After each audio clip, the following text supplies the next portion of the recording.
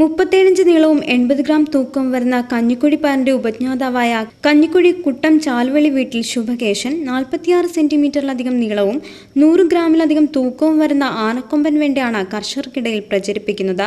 വിത്ത് ഉൽപാദനത്തിന് മാത്രമായി വീടിനു സമീപം പാട്ടത്തിനെടുത്തിട്ടുള്ള കൃഷിയിടത്തിൽ 1000 ചുവട് ആനക്കൊമ്പൻ വെണ്ട ഇദ്ദേഹം നട്ടു പരിപാലിക്കുന്നുണ്ട്.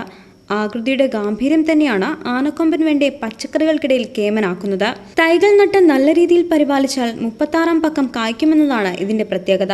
കായ്കൾ ലഭിച്ചു തുടങ്ങിയാൽ തുടർച്ചയായി 6 മാസക്കാലം ഒരു ചെടിയിൽ നിന്ന് തന്നെ വിളവെടുക്കാം. വിളവ് പാകമായ 9-10 കായ്കൾ ഉണ്ടെങ്കിൽ 1 കിലോ തൂക്കം ലഭിക്കും. ആനക്കൊമ്പൻ വെണ്ട ഏതാണെന്ന് വെച്ചാൽ കൂടുതൽ കായ്ക്കുകയും ചെയ്യും, കൂടുതൽ നല്ല വെയിറ്റും ഉണ്ടാകും. ഇപ്പോൾ കൂടുതൽ മാർക്കറ്റും ഉണ്ട് ആനക്കൊമ്പൻ വെണ്ടയ്ക്ക്. മറ്റുള്ള വെണ്ട ചെറിയ വെണ്ട ആയത് കാരണം തൂക്കക്കുറവായിരിക്കും. ഇത് ആകുമ്പോഴത്തേക്ക് 8-9 കായ ഉണ്ടെങ്കിൽ ഒരു കിലോ ഉണ്ടാകും. കൂടുതൽ കായ്ക്കും, ശേഖരം പൊട്ടി ശരിക്കും ഉണ്ടാകും. ഞാൻ തന്നെ ഇപ്പോൾ വിത്തിനെടുത്തിട്ട് തന്നെ ഒരു വെണ്ടയിൽ നിന്ന് 50-55 കായോളം കിട്ടുന്നുണ്ട്. വിത്തിനെടുക്കാതെ അല്ലാതെ ചെയ്യണമെങ്കിൽ അതിൽ കൂടുതൽ കായ കിട്ടും. ചാണകപ്പൊടിയും കോഴിവളവും ഉപയോഗിച്ച് ജൈവ കൃഷി രീതിയിൽ ഉൽപ്പാദിപ്പിക്കുന്ന ആനക്കൊമ്പൻ വെണ്ടയിൽ നിന്ന് ശാസ്ത്രീയവും പരമ്പരാഗതവുമായ രീതിയിലാണ് ഇദ്ദേഹം വിത്ത് ശേഖരിച്ച് വിപണനത്തിന് സജ്ജമാക്കുന്നത്. എക്സിബിഷനുകൾ നടത്തിയും കർഷക സംഘടനകളിലൂടെയും തപാൽ മാർഗവുമൊക്കെയാണ് വിപണനം.